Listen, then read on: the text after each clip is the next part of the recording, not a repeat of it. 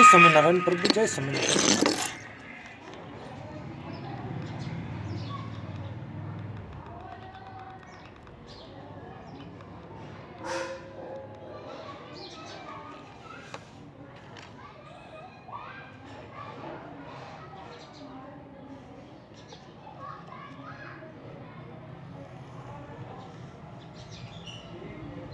तो भगवत प्राप्ति के सरल उपाय तथा प्रेम रहस्य का और प्रभाव। तो मुख्य चांडाल अपने माता पिता की निरंतर प्रेम के साथ श्रद्धा भक्ति पूर्वक सेवा करता था। उसके श्रद्धा भक्ति पूर्वक सेवा करने के प्रभाव से स्वयं भगवान ब्राह्मण का रूप धारण कर सदा उसके घर में रहा करते थे। परिणाम मत मुख चंडाल जब भगवान के परम धाम को गया तब उसके माता पिता भी साथ में परम धाम को गए। इतना ही नहीं, उसके घर में जो जीव जंतु थे वे भी उसके प्रभाव से दिव्य रूप धारण कर भगवान के परम धाम में चले गए। उसमें प्रभाव क्या था? बस माता पिता की सेवा का ही प्रभाव था। जय स्वामीनारायण प्रभु, जय स्वामीनारायण। माता पिता की सेवा का ही प्रभाव था। और इसी प्रकार सुबह नाम की एक स्त्री अपने पति की श्रद्धा भक्ति पूर्वक प्रेम से नित्य सेवा करती थी।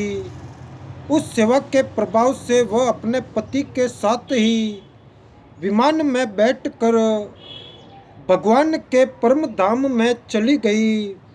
इस बात को जब नरोत्तम ब्राह्मण ने भी देखा तब भगवान से पूछा कि भगवान क्या बात है?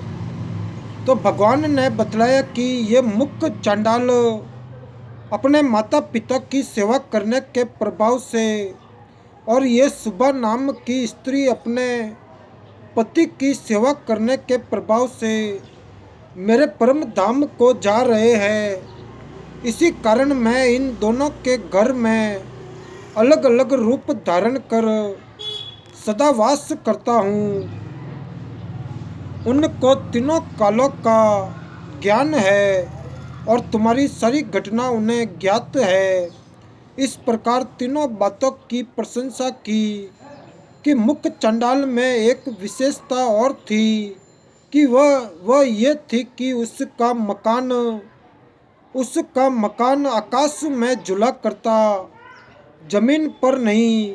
और मकान का आकाश में झूलना और तीनों कालों का ज्ञान होना ये तो लौकिक प्रभाव है, लौकिक साधारण प्रभाव है, सांसारिक प्रभाव है।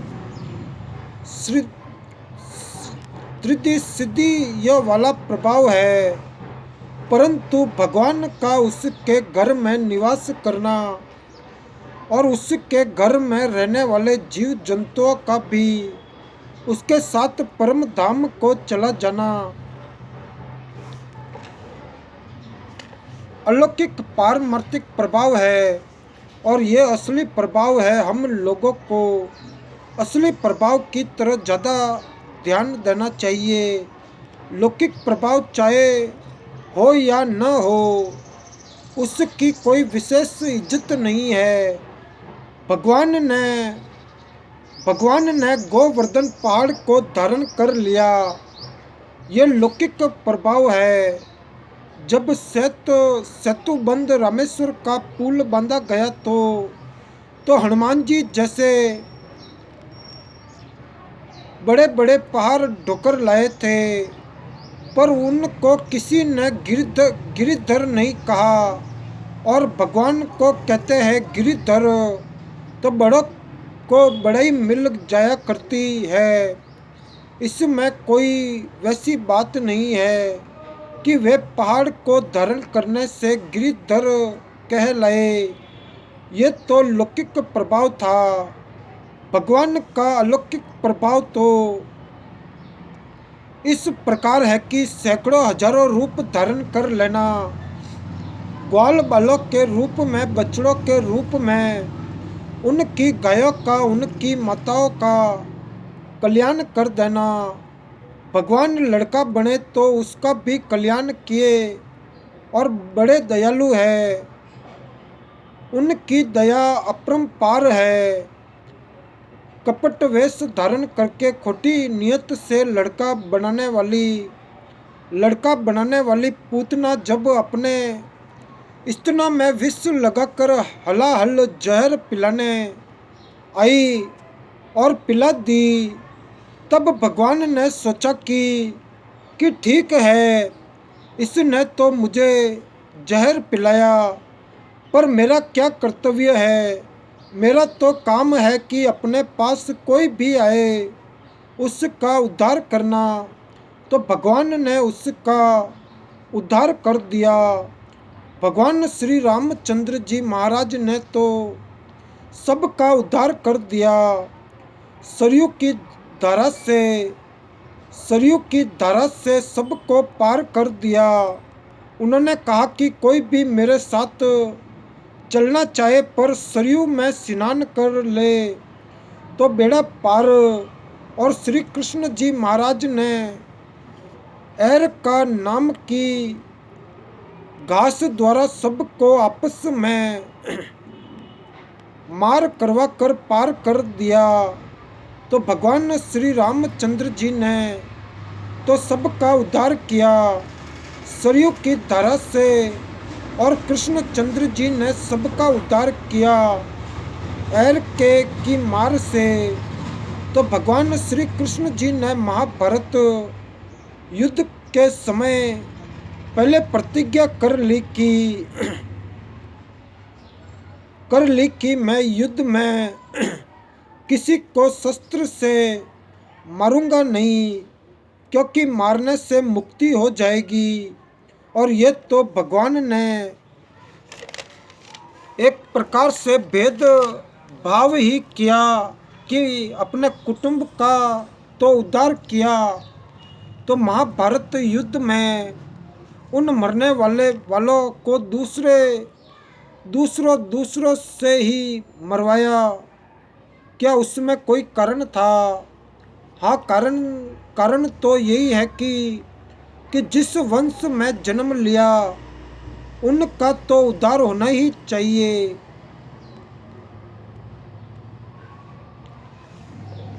तात्पर्य यह है कि जिसका ज्ञान स्वरूप सुख सागर पर ब्रह्मा परमात्मा में चित्त विलीन हो जाता है, जिसके आनंद का सागर की तरह पार नहीं है, ऐसा जो महात्मा पुरुष है, उसके सत्संग के प्रभाव से उसका कुल पवित्र हो जाता है और जन्म देने वाली माता तो मुक्त हो ही जाती है, तथा जहाँ उसका चरण टिक जाए वह भूमि भी पवित्र हो जाती है। ये बात तो भक्तों में है, फिर भगवान की बात तो इससे ज़्यादा होनी ही चाहिए। भगवान कहते हैं कि जो अपने साथ बुराई करे उसके साथ भी भलाई करनी चाहिए। इसे भगवान ने पूतना का उद्धार करके दिखलाया। जय स्वामीनारायण प्रभु, जय श्री कृष्ण भगवान।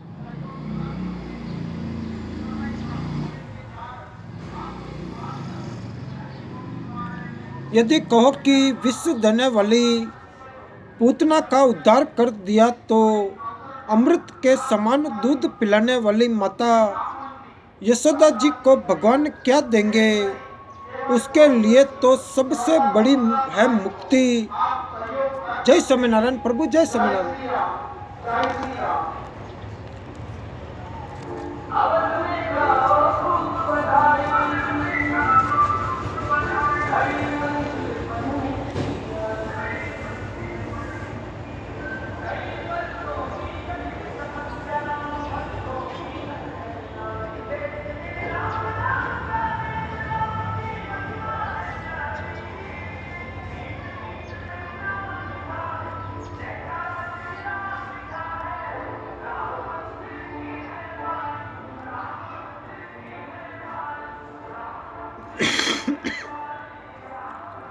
जय स्वामीनारायण प्रभु, जय श्री राम प्रभु।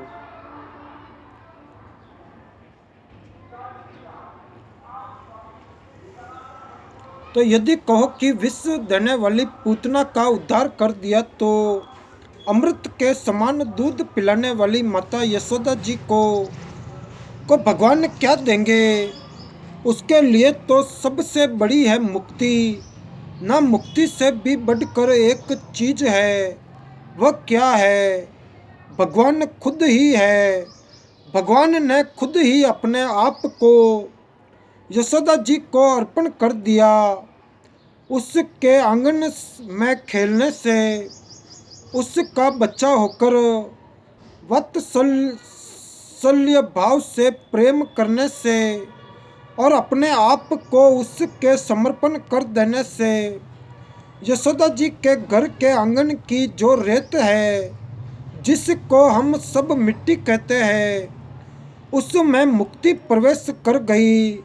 और परिणाम मत यशोदा जी किसी को मुट्ठी में रेत भी भर कर दे तो उसकी मुक्ति हो जाए, या स्वयं रेत ले तो उसकी मुक्ति हो जाए, क्योंकि उस रेत में भगवान का प्रभाव प्रवेश कर गया। तो यशोदा जी तो मुक्ति का सदा व्रत देती रहती। कोई भी चला जाए, उसी का कल्याण। इसीलिए यशोदा जी का दर्जा उससे ज़्यादा है। जैसे काशी में शिव जी का, तो काशी में कोई भी चला जाए और वहाँ शरीर छोड़ दे तो शिव जी उसको मुक्ति दे देते हैं। ये काम तो बहुत ठीक है। ऐसे उदार भाव वाली एक कहानी सुनी जाती है। जय स्वामीनारायण प्रभु, जय स्वामीनारायण।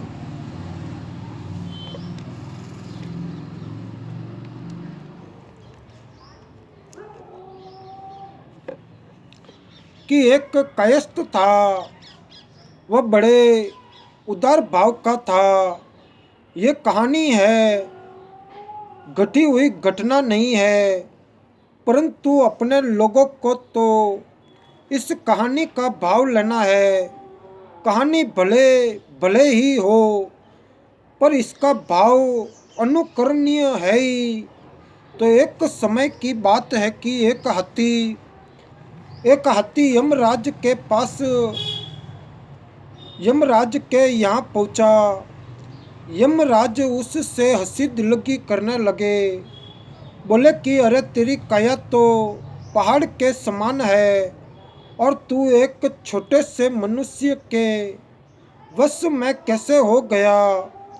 तो हाथी ने कहा कि महाराज, मनुष्य के वश में तो मैं क्या, मनुष्य के वश में तो आप भी हो सकते हैं, यहाँ तक कि भगवान भी हो सकते हैं।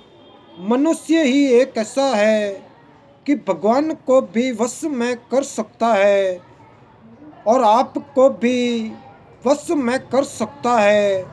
मेरी तो बात ही क्या है। जय स्वामीनारायण प्रभु, जय स्वामीनारायण।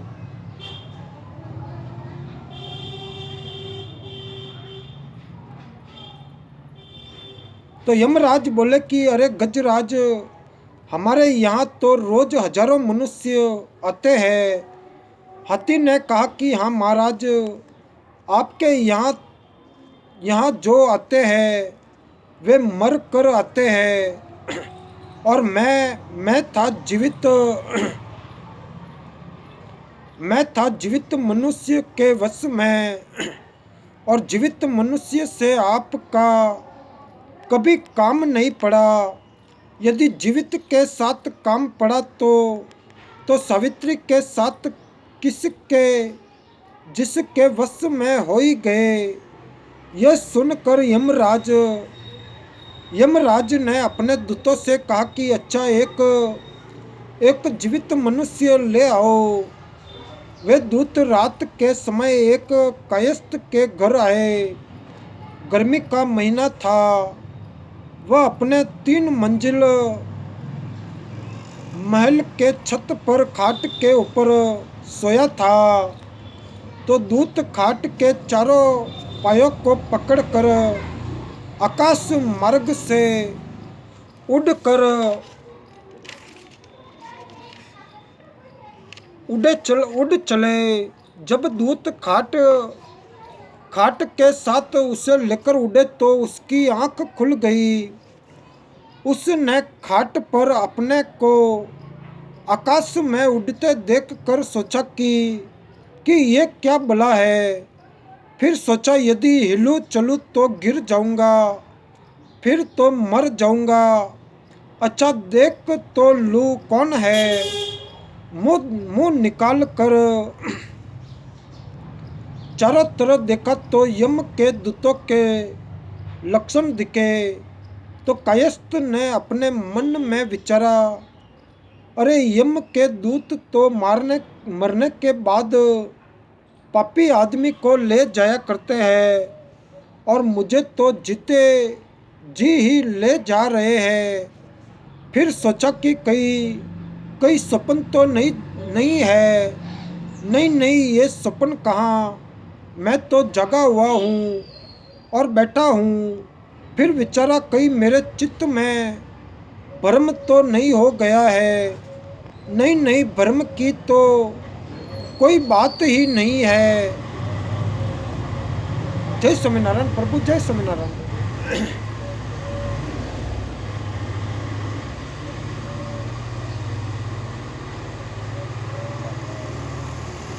तो बात 16 आने सच थी, जच गई। कायस्थ ने कहा कि अरे यम के दूतों, मुझे कहाँ ले जा रहे हो।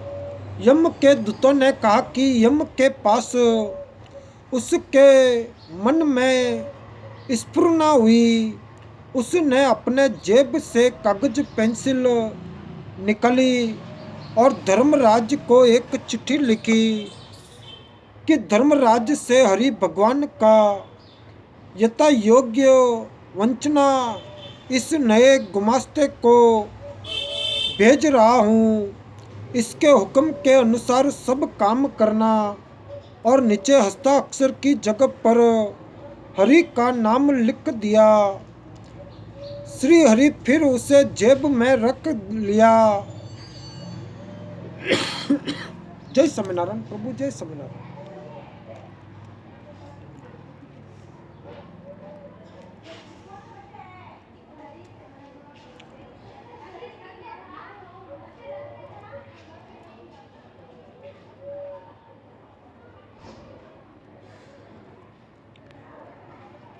तो श्री हरि फिर उसे जेब में रख लिया। यमदूत इसे उसी अवस्था में लेकर सभा में पहुंचे। उस समय सभा लगी हुई नहीं थी। सभा में जाकर खटिया उतार दी। अब प्राप्त काल हुआ। प्राप्त काल होने के बाद सभा जुटी। यमराज आए। इनका यमराज भी नाम है और धर्मराज भी। कायस्थ ने अपना लिखा वो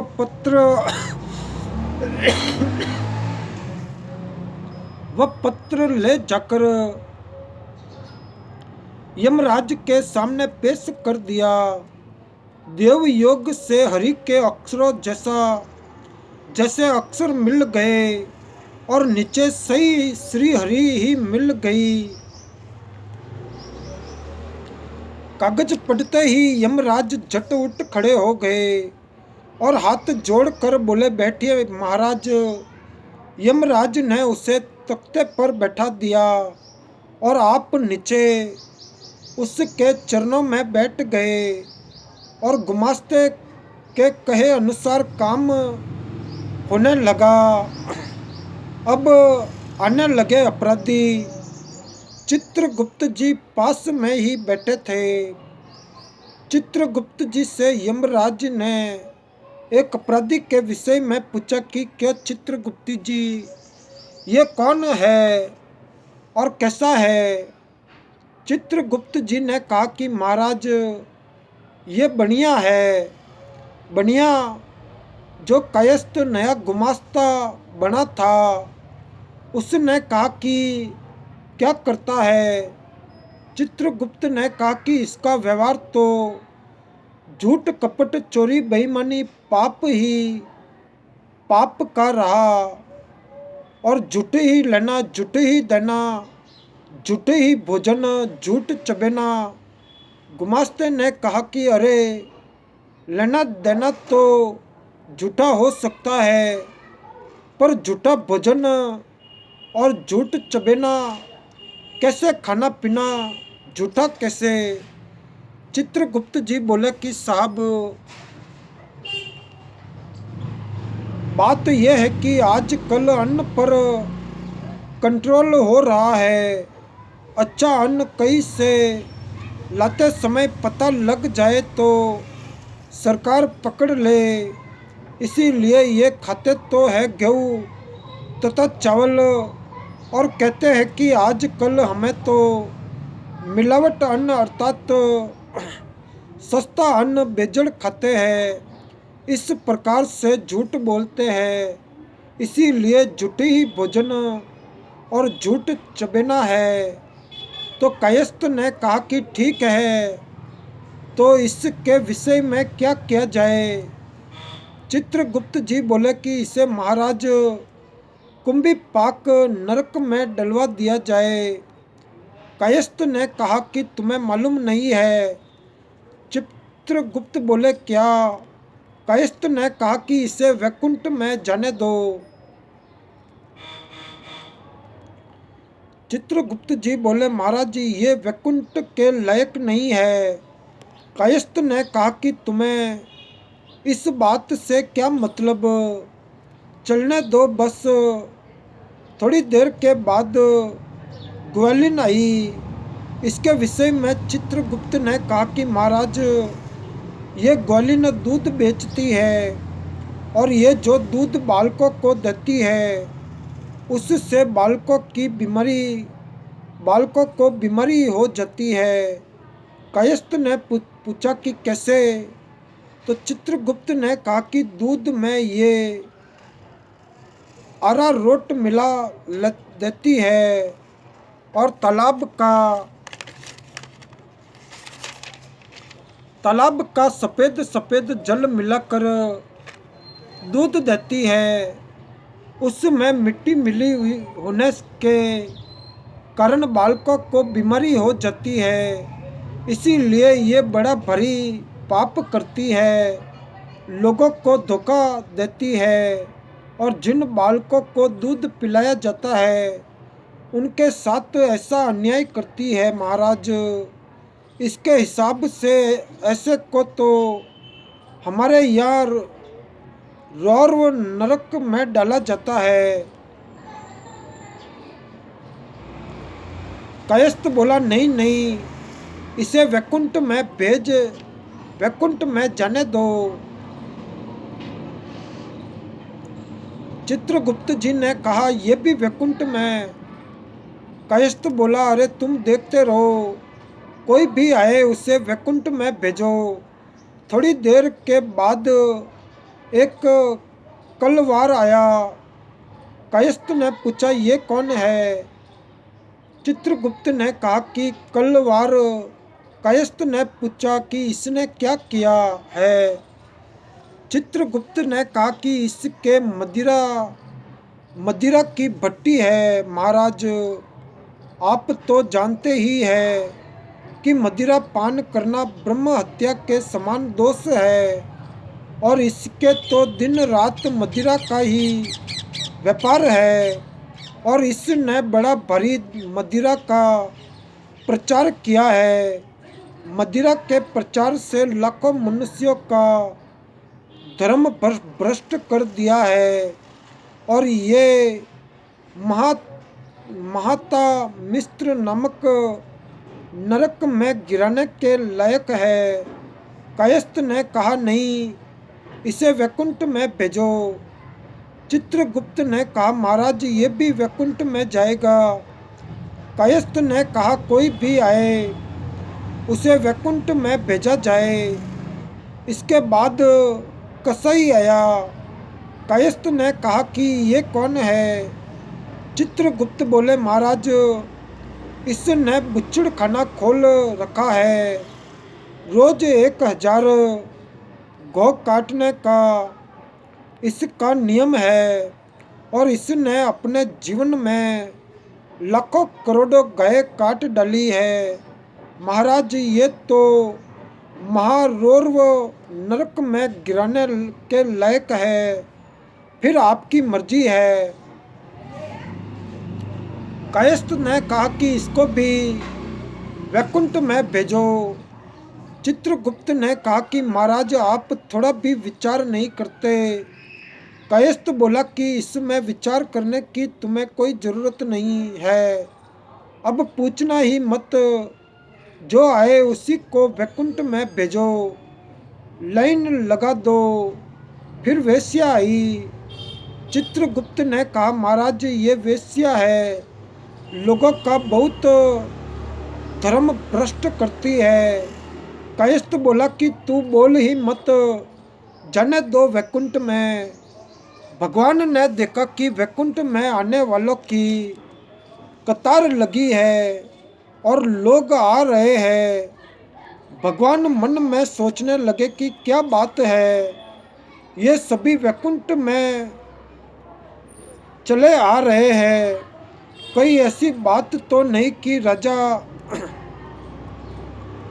राजा कीर्तिमान के समान भक्ति का बहुत प्रचार हो गया।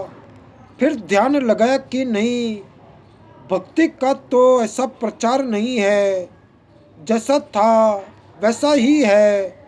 फिर जब यमलोक के विषय में विचार किया तो देखा कि ये अंधेरा तो यहाँ है, यहाँ कोई कायस्थ आकर बैठ गया है जो सबको वैकुंठ भेज रहा है। दौड़कर भगवान यमराज के पास आए। भगवान को आया देख कर सब खड़े हो गए। कायस्थ भी खड़ा हो गया। तख्ते पर भगवान को बैठाकर सब नीचे बैठ गए। जय स्वामीनारायण प्रभु, जय स्वामीनारायण। भगवान ने पूछा कि धर्मराज तेरे यहाँ ये अंधेरा क्यों? धर्मराज बोले, महाराज आपने जब से ये नया गुमास्ता भेजा है तब से ये अंधेर है। पहले के सब बही खाते रजिस्टर देख ले, बिल्कुल अंधेरा नहीं है। भगवान ने पूछा कि नया गुमास्ता कहाँ है? यमराज ने कहा कि सामने बैठा है ना ये। भगवान ने पूछा कि तू कहाँ से आया, कैसे आया? कायस्थ बोला, महाराज कैसे और क्यों पूछ रहे हैं, आपने ही तो मुझे भेजा है।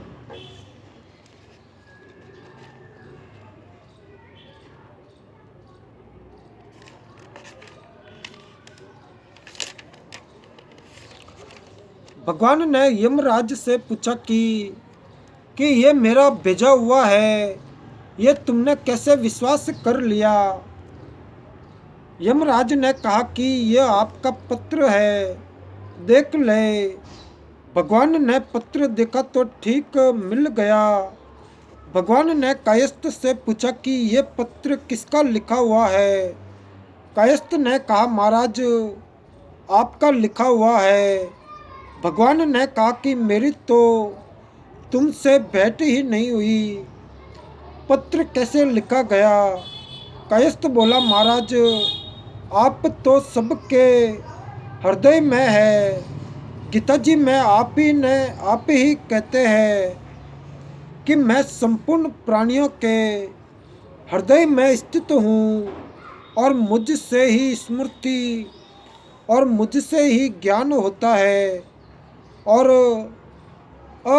अपवन संशय विषय आदि दोषों का नाश भी होता है। संपूर्ण वेदों के द्वारा मैं ही जानने योग्य हूँ। वेदों के तत्व का निर्णय करने वाला और वेदों को जानने वाला भी मैं ही हूँ। और मेरे दिल में जब ज्ञान हुआ और स्मृति तथा विचार हुआ, तभी तो मैंने ये पत्र लिखा। ये आपकी ही तो प्रेरणा है, और आप पूछते हैं कि किसकी प्रेरणा से। तो भगवान बोले कि ये बात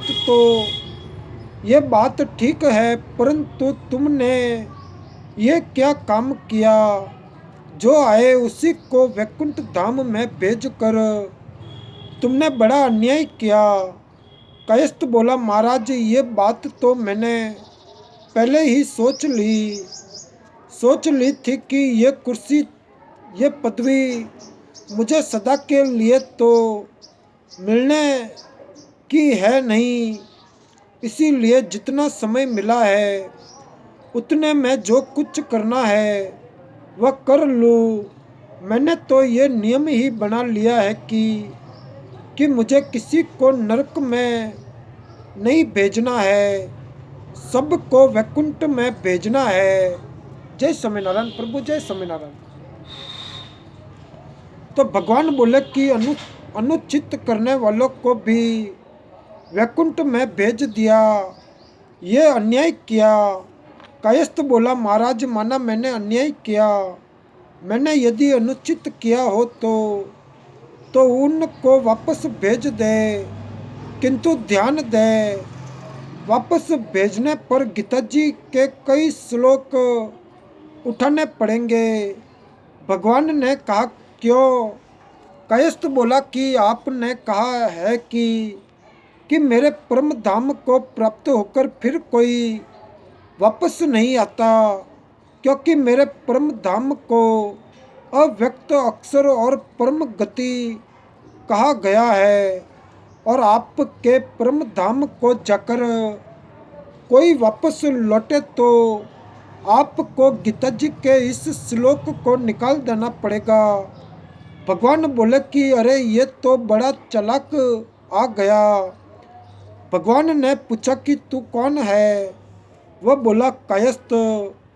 भगवान ने कहा कि तुम कायस्थ हो, इसीलिए तुम्हारी ऐसी बुद्धि है, नहीं तो इतनी चालाकी कहाँ से आवे।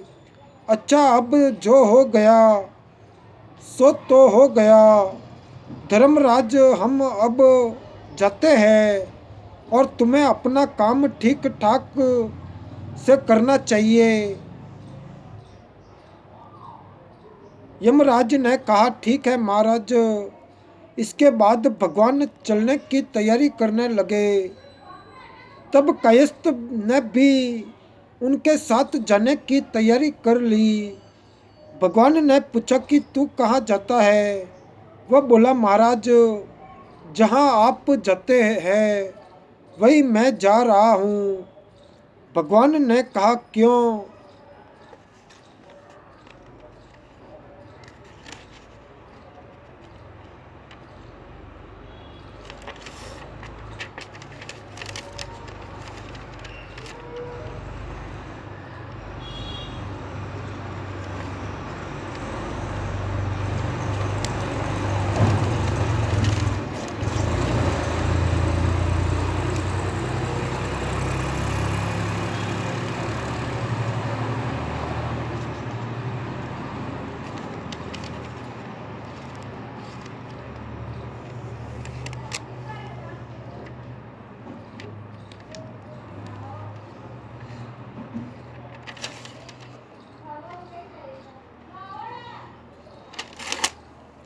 तो कायस्थ बोला कि आपने ही तो गीता जी में अर्जुन से कहा है कि हे अर्जुन, ब्रह्म लोक तक सभी लोक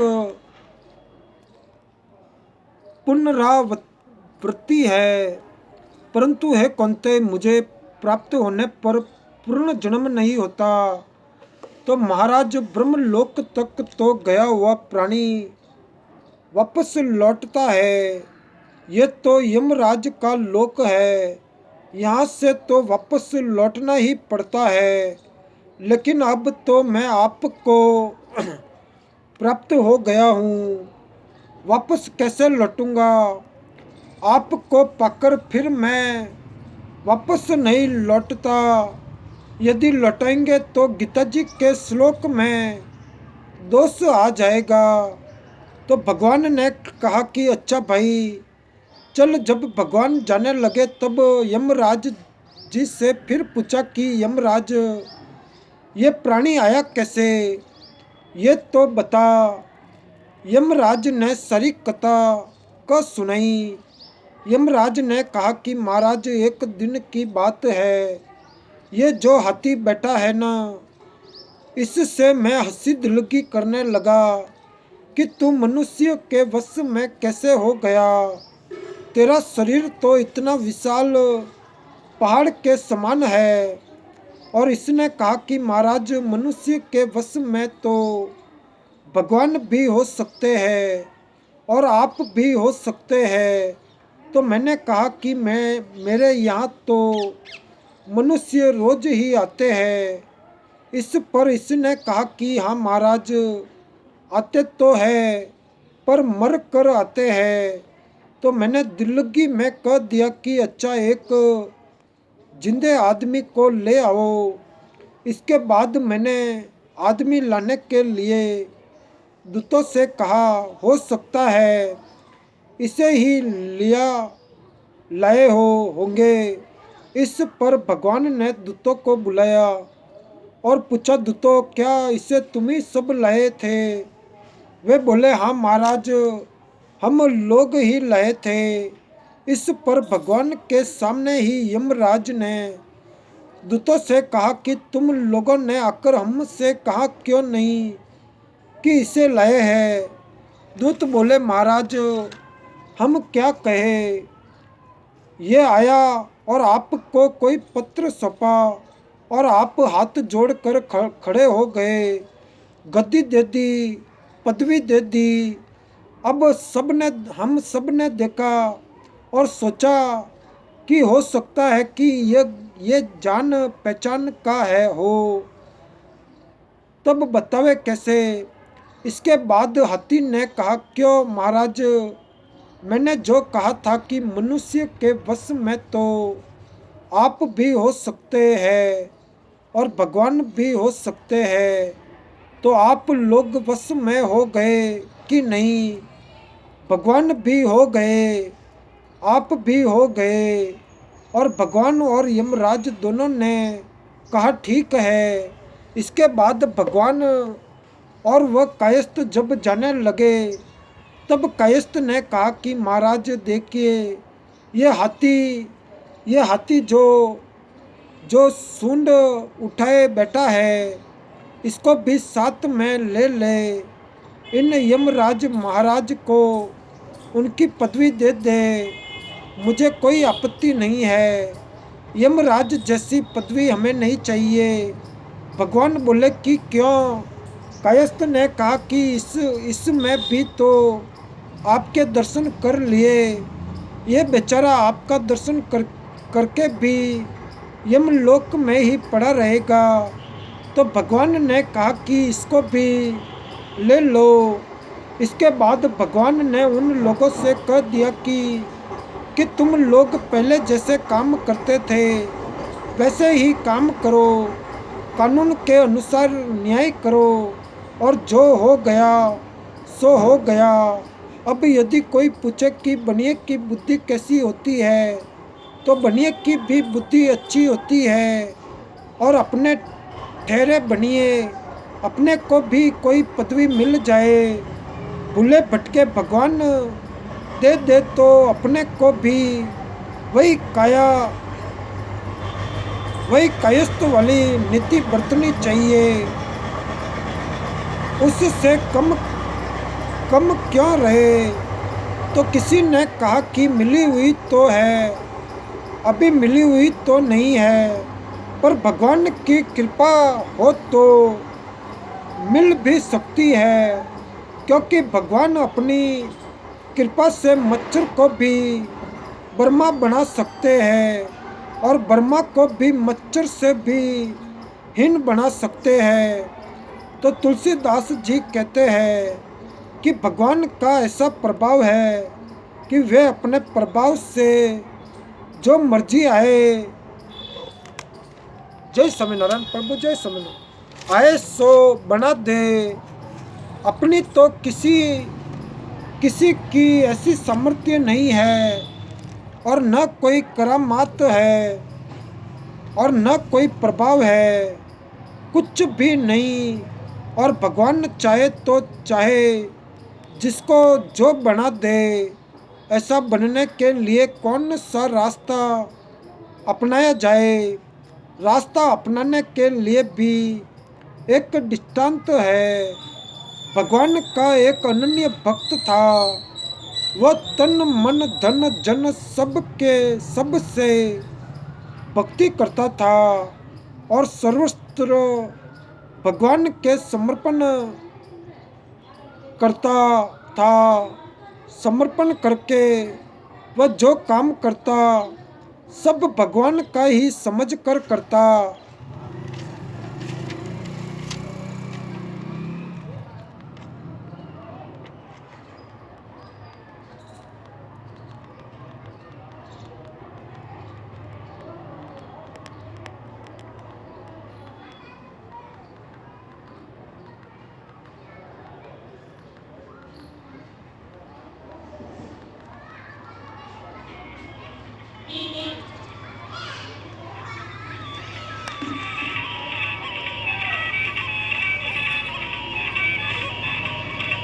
क्योंकि भगवान का काम समझ कर करने से हर समय प्रसन्नता रहती है और थकावट नहीं आती।